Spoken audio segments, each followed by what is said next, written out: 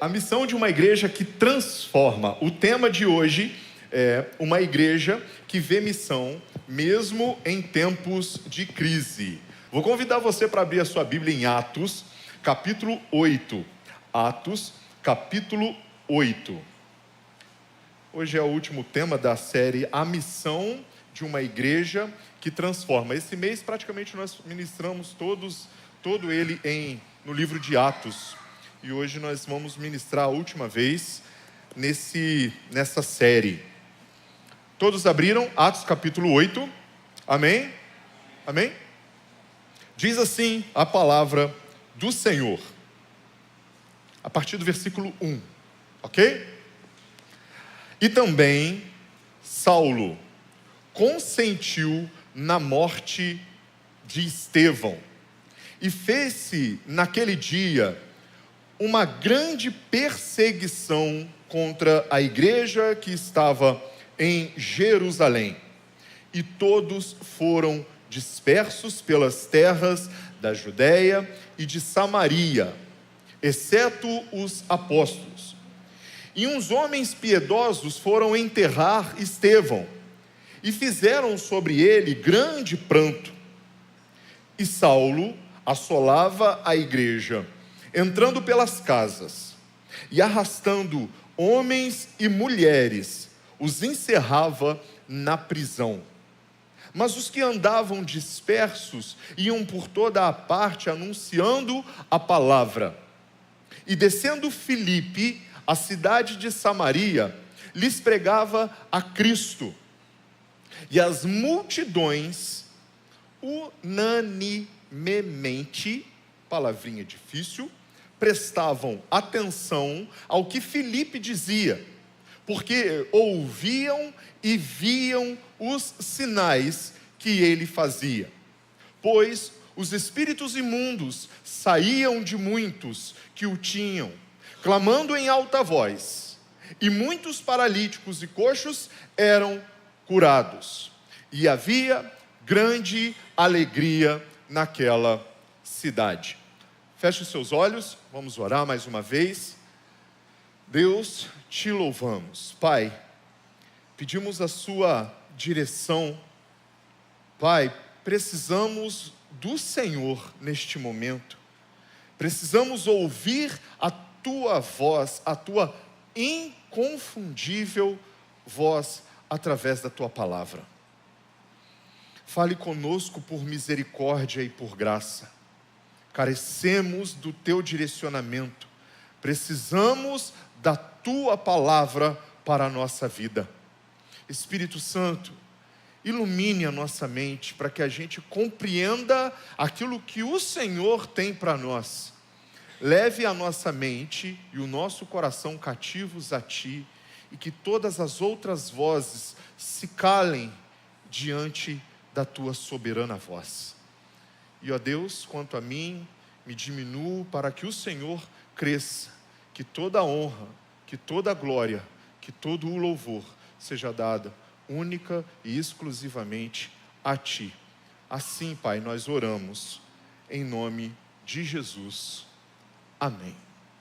Amém, meus irmãos? Amém. Eu quero começar com uma pergunta para vocês pensarem juntamente comigo. Será que as crises que a gente enfrenta, com todos os seus gritos, com todas as suas vozes altas, sussurros, conseguem calar aquela pessoa que já ouviu no mais profundo do seu ser o inconfundível chamado de Cristo?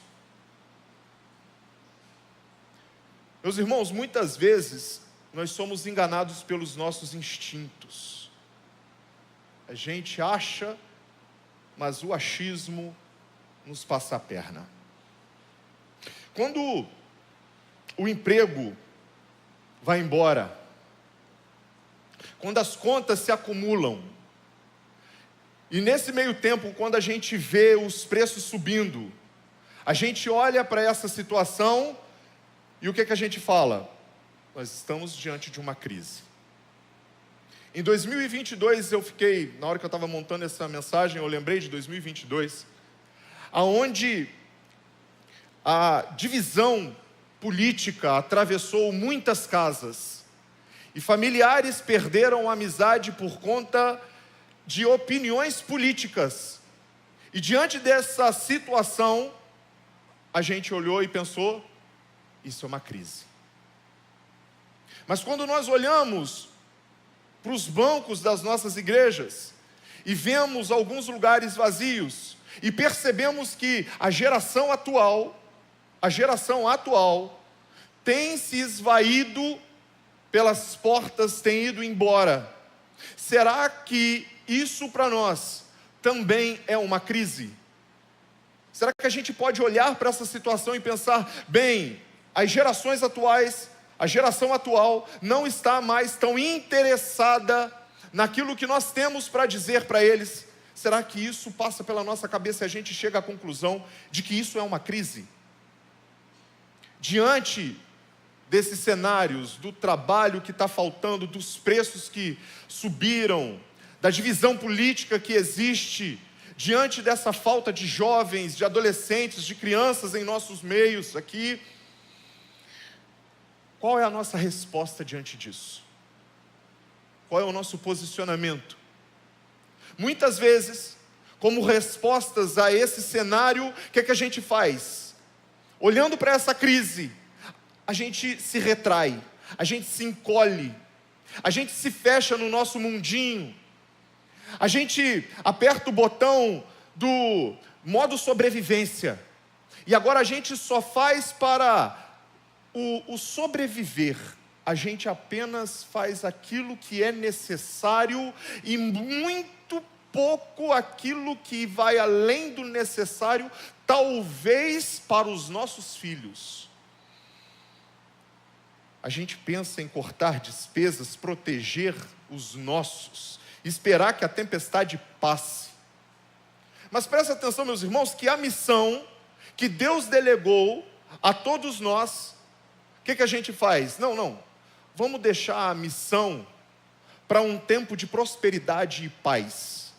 Ela se torna um luxo, a missão, para ser desenvolvida apenas quando tudo estiver bem. Sabe, é quase que automático a gente fazer isso. É quase que humano. É instintivo da nossa parte. Mas e se nós estivermos interpretando as crises, e aqui eu não especifico uma crise, mas eu falo de todas as crises que nós enfrentamos.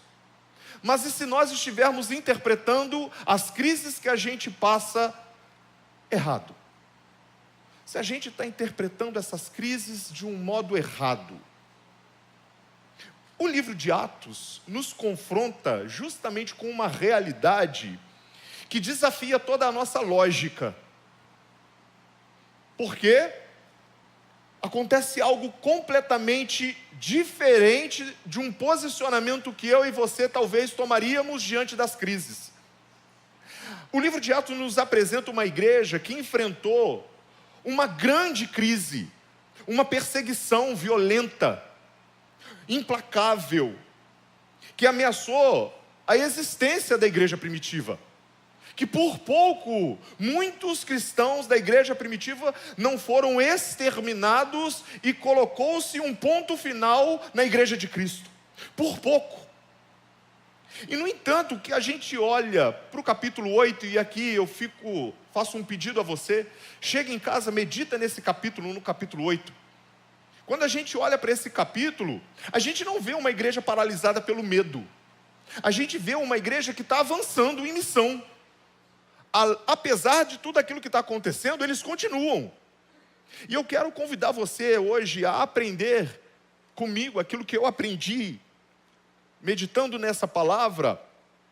Aprender com a igreja primitiva que as crises, meus irmãos, elas nas mãos de Deus, no lugar certo, elas não são um fim da missão, mas uma nova forma de cumprir a missão.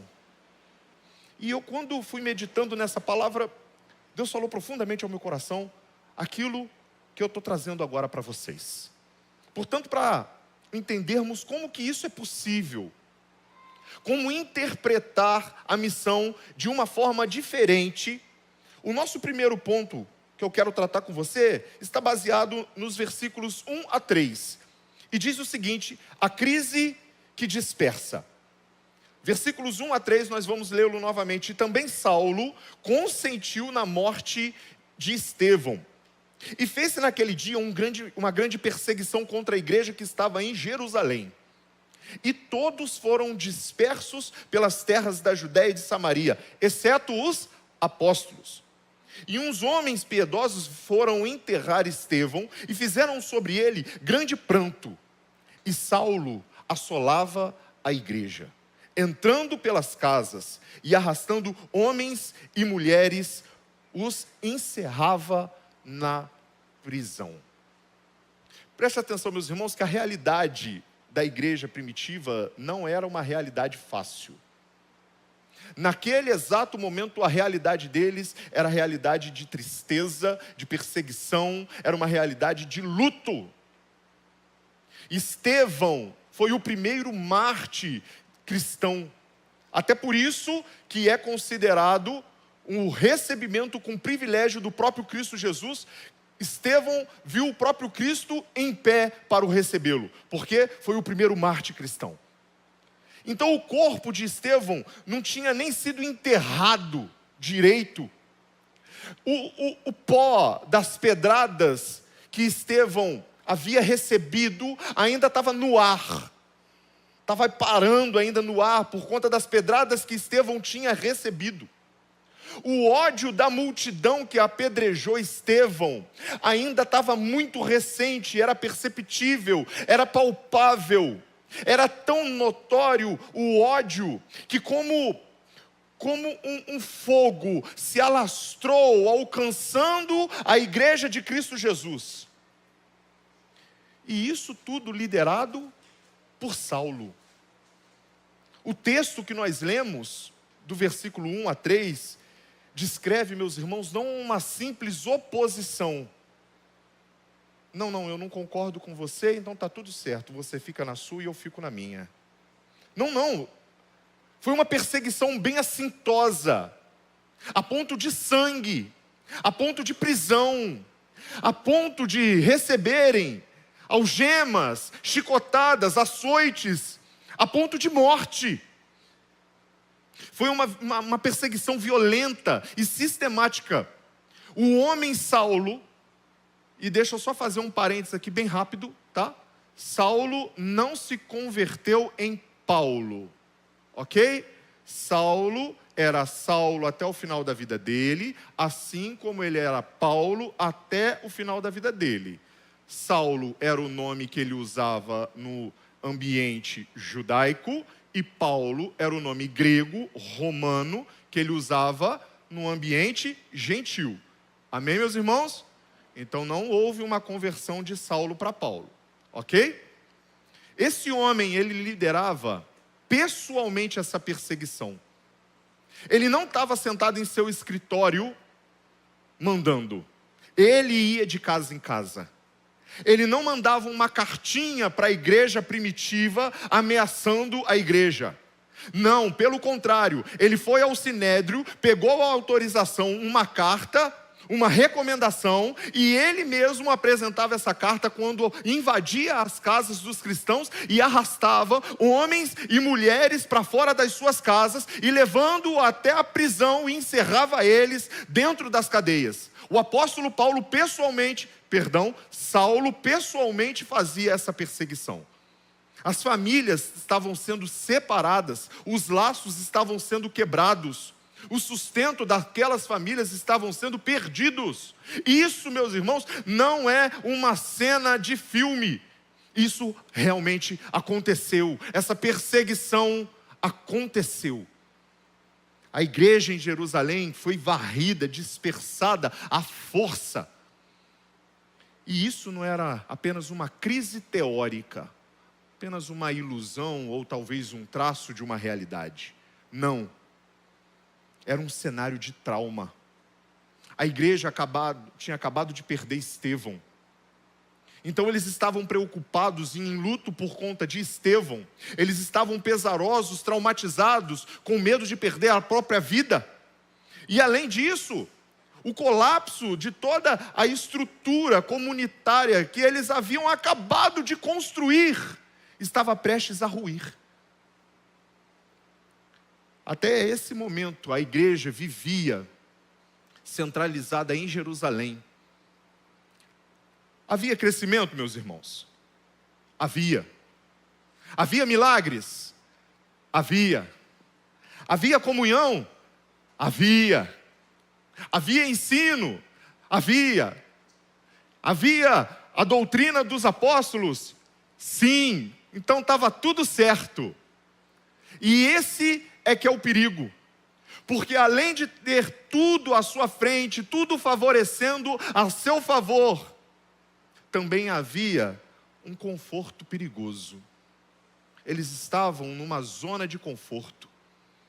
Jesus já havia ordenado que o evangelho avançasse para a Judéia, para a Samaria e até os confins da terra, assim como diz em Atos capítulo 1, versículo 8. Depois vocês vão anotando aí, em caso vocês meditam novamente. Mas a igreja estava estacionada, estava parada em Jerusalém. Estava muito bom ficar naquele ambiente, era bom demais. Os meus amigos estão aqui perto de mim, a minha família está aqui perto de mim. A igreja está crescendo. Na primeira pregação do apóstolo Pedro, 3.000 pessoas. Na segunda pregação, 5.000 pessoas. Olha que coisa legal, está crescendo. Está bacana. Só que a igreja de Jerusalém esqueceu de uma ordem de Cristo Jesus. Avancem. Avancem. Vocês têm que ir. E o que pareceu o colapso da igreja é, na verdade, o cumprimento da missão. E é isso que às vezes gera esse paradoxo difícil de ser compreendido. Como que um colapso da igreja, na verdade, é o cumprimento da missão. Parece ser uma coisa meio ilógica para nós. Só que o ilógico para nós faz todo sentido na cabeça de Deus. Tudo. Às vezes a gente, meus irmãos, quando a crise bate na nossa porta, a nossa visão, ela fica muito limitada ao caos, aquilo que está acontecendo de ruim. A gente só enxerga a perseguição, a perda, a violência, a dispersão, o luto, a dor, a doença, o desemprego, a falta de dinheiro, as contas aumentando. Os nossos olhos só ficam focados nisso. A gente fica paralisado pelo medo e ainda se questionando onde que está Deus no meio desse sofrimento que você está passando. Deus, cadê o Senhor? Cadê o teu agir? Cadê o teu poder? Olha o meu sofrimento, eu estou passando por isso. O Senhor não vai agir a meu favor, não? Meus irmãos, a crise assusta. A crise assusta. E o detalhe é que ela muitas vezes faz a gente querer desistir de continuar. E a igreja de Jerusalém perdeu a sua zona de conforto, a sua estabilidade, a sua segurança. Então o que a gente deve fazer quando chega num momento desse? Qual que é o próximo passo? O que eu vou fazer? Preste atenção, meus irmãos, nós não somos negacionistas. Preste atenção, tá? Nós não podemos negar a dor da crise. As crises são reais e elas doem. Quantos de nós conversando sabemos o que uns estão passando?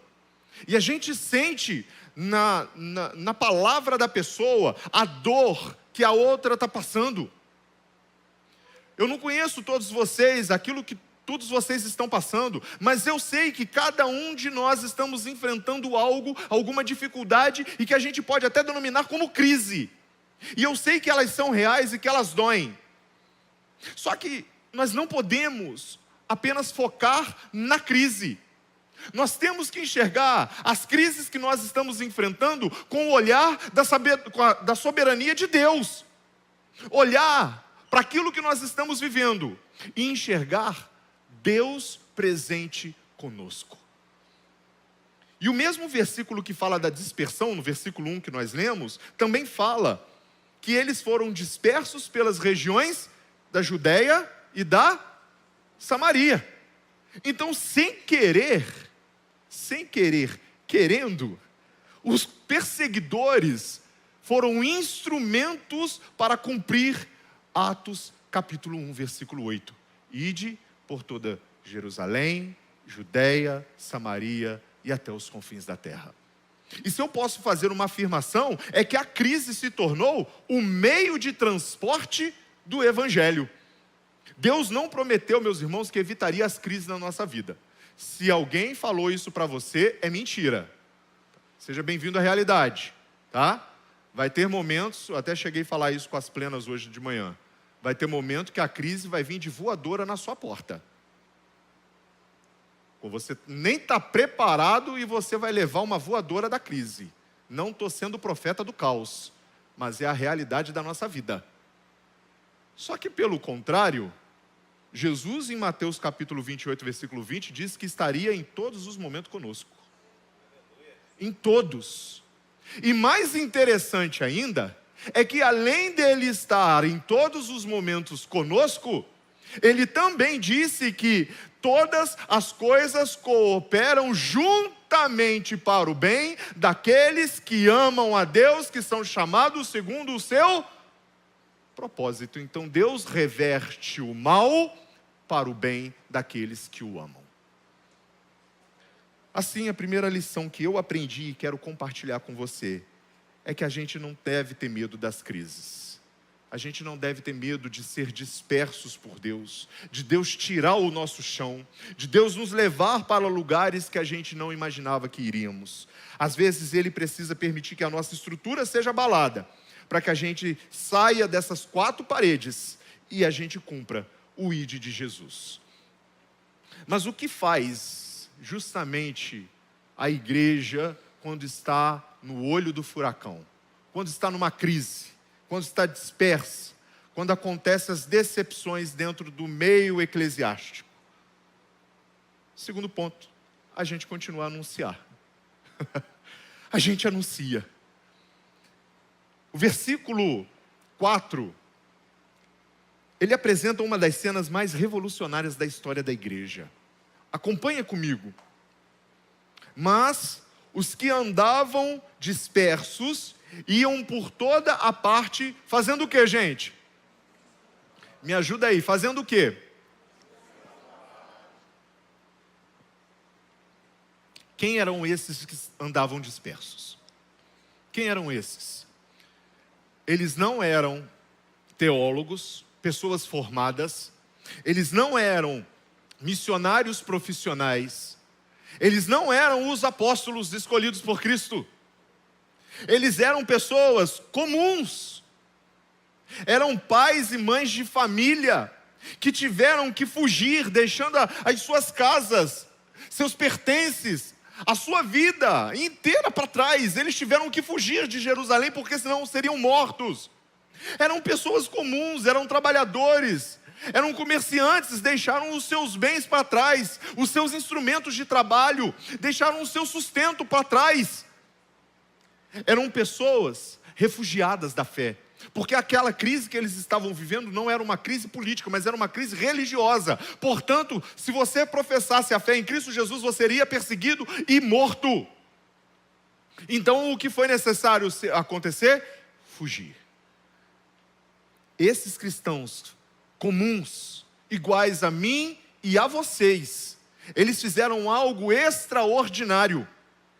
Eles entenderam que a missão que Deus delegou a eles não estava vinculada, meus irmãos, a um lugar, não estava vinculada a Jerusalém. A missão estava vinculada a uma mensagem. E que mensagem é essa? Jesus Cristo é o Messias prometido, o único caminho, a verdade e a vida. E era com essa mensagem que eles estavam comprometidos. A identidade deles, meus irmãos, não estava em suas casas, em suas posses, mas estava na identidade que Cristo concedeu a eles, filhos amados do Pai. E a perseguição, que não é uma realidade nossa, porque você pode se expressar da maneira livre hoje, mas eu acredito que em pouco tempo isso vai começar a mudar. Essa perseguição começou a destruir a igreja. Na visão deles. E às vezes, nós também enxergamos as perseguições como destrutivas. Meus irmãos, mas presta atenção que na verdade, Deus reverteu o quadro. Aquilo que os homens estavam fazendo de mal para a igreja, Deus multiplicou a igreja através daquele mal. Percebe que cada pessoa que estava fugindo, cada refugiado virou um semeador da palavra de Deus. Cada pessoa que estava fugindo da perseguição liderada por Saulo, virou um pregador. Agora entenda, meus irmãos, que o milagre não estava na mensagem. O milagre não estava na mensagem. O milagre estava sendo realizado por aquelas pessoas comuns, por quem estava pregando. Pessoas, muitas vezes, sem estudo nenhum. Pessoas que não tinham uma cultura tão abastada a ponto de serem reconhecidos como classe nobre. Eram pessoas pobres e agora estavam paupérrimas. Por quê? Não tinha nada mais. Estavam fugindo da perseguição. Era gente comum, traumatizada, gente assustada. Mas o detalhe, meus irmãos, é que essas pessoas que estavam fugindo, traumatizadas, assustadas, devastadas, em luto, mas eram pessoas que estavam tão cheias do Espírito Santo, tão cheias do poder de Deus, da autoridade de Deus, que eles não conseguiram se calar, mesmo diante da perseguição, mesmo espalhados por onde eles nem sabiam, nem conheciam, mas eles estavam tão cheios do poder de Deus, que eles não conseguiam se calar e anunciar aquilo que eles estavam vivendo com Cristo Jesus. Era impossível eles se calarem e anunciarem aquilo que Cristo estava fazendo na vida deles. E quando nós estamos nas crises que nós passamos nos dias de hoje, que eu vou ser sincero com você, é leve diante dessas perseguições que a igreja passou, a gente é tentado a se calar, sabe? Vou ficar quietinho aqui no meu canto, deixa eu sofrer, deixa eu aqui com o meu luto, deixa eu aqui com as minhas dores, me deixa aqui, não está na hora de falar, está na hora de ficar quieto. A gente pensa que não é hora de falar de Jesus, é hora da gente se proteger. Não vou falar que Jesus é o único caminho, a verdade e a vida não, senão minha conta no Instagram vai cair. Balela, né, irmão? Balela, né, gente? Pelo amor de Deus. A crise, meus irmãos, pode fazer a gente acreditar que o Evangelho perdeu sua relevância para a geração atual, que a gente deve se calar até que a tempestade passe. Mas deixa eu falar uma coisa para vocês, gente. Mesmo nas piores crises que a gente enfrenta hoje, nós não podemos nos calar. Nós não podemos nos calar. O exemplo desses irmãos, aos nossos olhos pode ser até simples, mas é um exemplo poderoso. Eles iam anunciando. A proclamação do Evangelho não era uma atividade separada da fuga deles. Eles estavam fugindo, isso era real. Só que o anúncio do Evangelho não estava separado da fuga. Ou fugia ou anunciava. Pelo contrário, era parte essencial da jornada deles. Conforme eles fugiam, eles anunciavam. Conforme eles anunciavam, eles fugiam. Conforme eles fugiam, eles anunciavam. Conforme eles anunciavam, eles fugiam. E muitas vezes, meus irmãos, nós estamos em silêncio dentro do nosso ambiente de trabalho, escolar, na rua, nas nossas famílias. Nós estamos calados em silêncio para não criar um tumulto, para não gerar uma crise. Deus não nos chamou para ficar em silêncio. O Evangelho não é anunciado só com um balançar de cabeça. O evangelho é anunciado com palavras, para que seja entendível, e com vida, para que seja testemunhado. Portanto, se você não fala, é porque você não quer testemunhar. Não, eu vou ter que adequar a minha vida ao evangelho. Eu vou ter que fazer com que a minha vida seja o evangelho pregado na prática. Então eu vou ficar quietinho, que ninguém precisa saber que eu sou crente, que eu confesso Cristo Jesus. É um desafio que nós temos diante de nós, meus irmãos. Onde quer que eles fossem, a palavra era a sua identidade e a sua mensagem. Eles entenderam que a crise não tornava o evangelho menos urgente, pelo contrário, tornava o evangelho mais necessário por onde quer que eles passassem. Porque haviam muitas pessoas que ainda não ouviam falar de Jesus como o Messias prometido, encarnado, morto, ressuscitado e assunto aos céus. Então era necessário proclamar o evangelho. Eles não pregaram apesar da crise. Eles pregaram, anunciaram a partir da crise. Assim, a segunda lição que eu aprendo e eu quero compartilhar com vocês é que onde quer que a crise nos coloque, nossa missão não muda. Não somos vítimas fugitivas, somos testemunhas enviadas. Pode repetir comigo? Somos testemunhas enviadas. Cada crente, você, meus irmãos, você que está aqui hoje, você é um portador das boas novas, em qualquer lugar e em qualquer circunstância. E o texto nos dá o exemplo concreto, prático, do que essa missão em tempos de crise, ela realiza. A fé que transforma. Atos, versículo 5 e até o versículo 8. Acompanhe comigo. E descendo Filipe à cidade de Samaria, lhes pregava a Cristo. E as multidões, aquela palavra difícil, unanimemente, prestavam atenção ao que Filipe dizia, porque ouviam e viam os sinais que ele fazia, pois os espíritos imundos saíam de muitos dos que tinham, clamando em alta voz, e muitos paralíticos e coxos eram curados. E havia grande alegria. Preste atenção. O texto nos diz que Filipe desceu à cidade de Samaria e lhes pregava a Cristo. Preste atenção.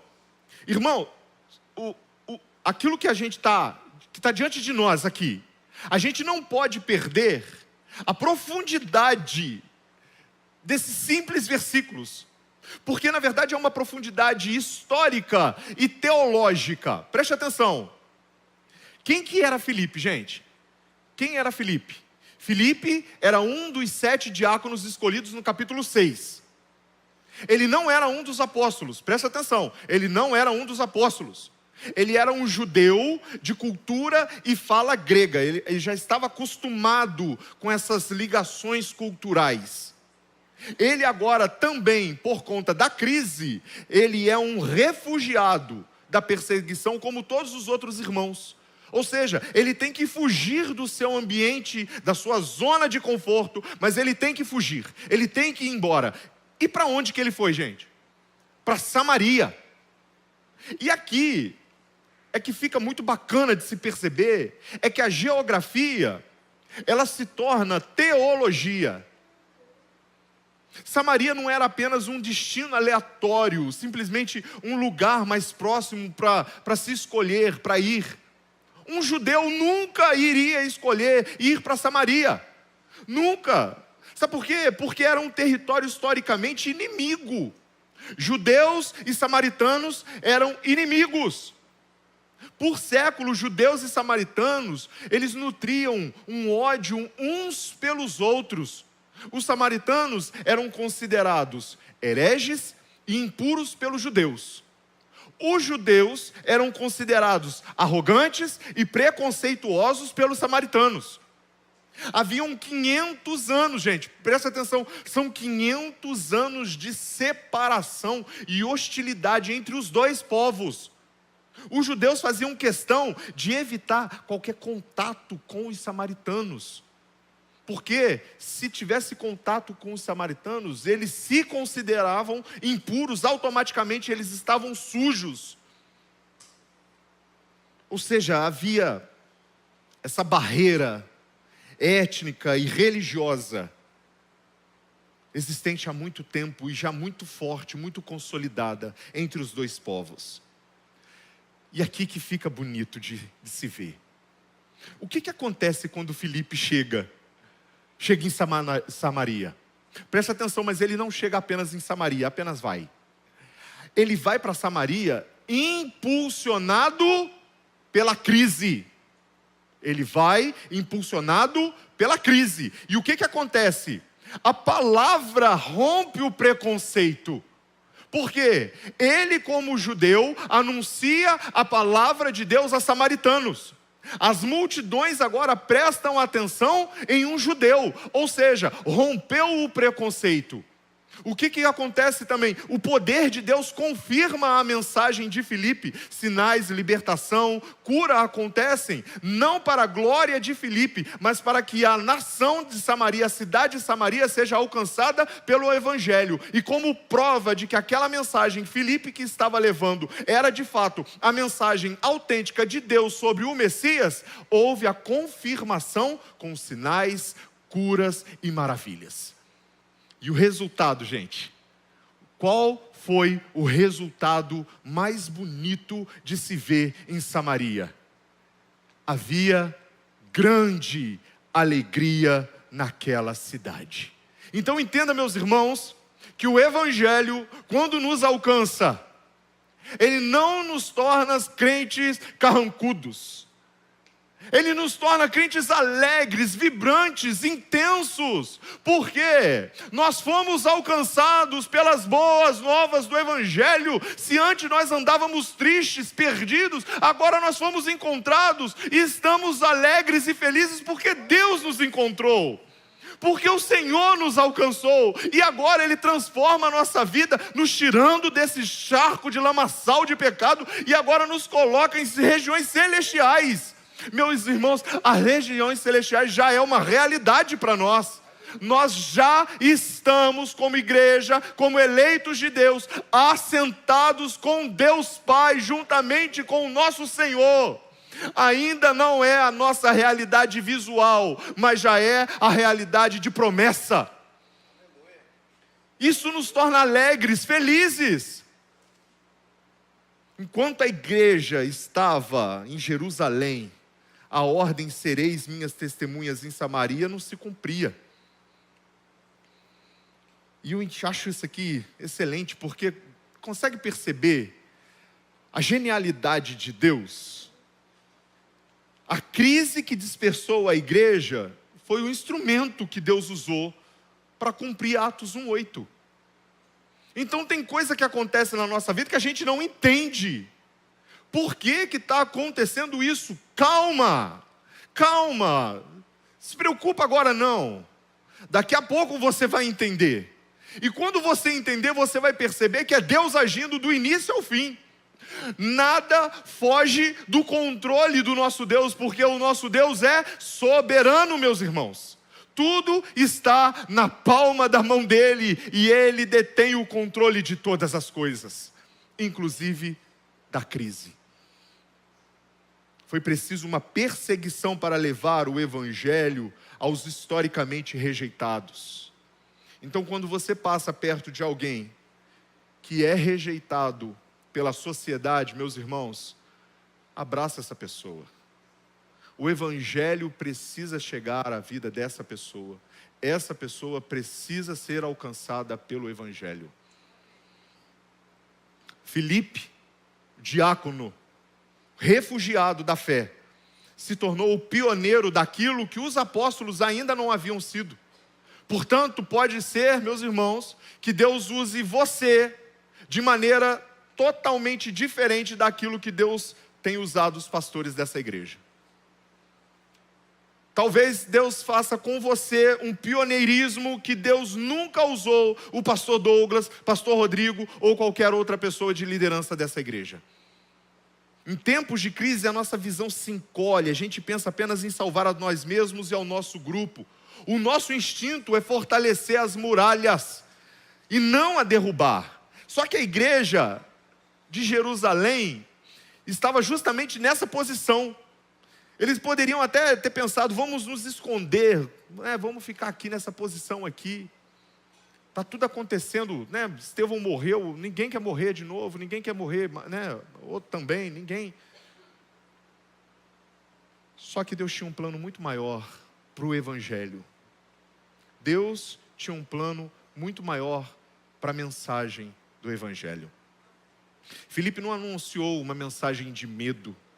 Ele anunciou o Cristo ressurreto, o Cristo vitorioso. E Deus confirmou a palavra dele. E o resultado não foi uma comunidade traumatizada, fechada. Foi uma cidade inteira, cheia de alegria, vibrante, porque recebeu as boas novas de salvação. A crise, meus irmãos, nas mãos de Deus, no lugar certo, aonde nós devemos colocar, gerou um avivamento em um território novo. Assim, a terceira lição que eu aprendi e quero compartilhar com você é que Deus usa a crise para nos levar a lugares e pessoas que nunca alcançaríamos em tempos de paz. Quando nós respondemos com fé e obediência, a crise pode se tornar a plataforma para os maiores avivamentos já registrados na história da igreja. E para nós concluirmos, o texto que nós lemos nos ensina que uma igreja que vê missão em tempos de crise é uma igreja que enxerga a soberania de Deus, mesmo em tempos de crise. É uma igreja que mantém sua identidade missionária no caminho que percorre. E é uma igreja que experimenta o poder transformador do Evangelho. Eu quero te fazer uma pergunta muito séria. Eu não sei qual crise você possa estar enfrentando, mas qual Samaria você está vivendo hoje? Qual é aquele lugar, aquela situação, aquele grupo de pessoas que nunca você iria ter contato se não fosse pela crise que você está experimentando e vivenciando hoje?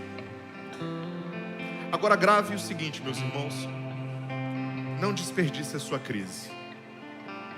Não desperdice a sua crise. Talvez você tenha perdido o seu emprego, talvez a sua saúde esteja frágil, talvez a estabilidade do comércio, da sociedade te cause ansiedade. Mas em vez de se fechar, chegue diante de Deus e pergunte para Deus: Senhor, para que Samaria me estás enviando? A quem eu posso anunciar o Cristo a partir da crise que eu estou vivendo? Eu tenho certeza, meus irmãos, que Deus vai te direcionar. A história da igreja nos prova que ela cresce mais em tempos de perseguição do que em tempos de paz. Porque quando a igreja é pressionada, assim como o azeite, assim como a azeitona, o evangelho é espalhado. E assim como a azeitona, ela produz o melhor azeite. Que a nossa oração seja sincera, mas que seja não apenas: Senhor, tire-nos da crise, mas também: Senhor, usa-nos nesta crise.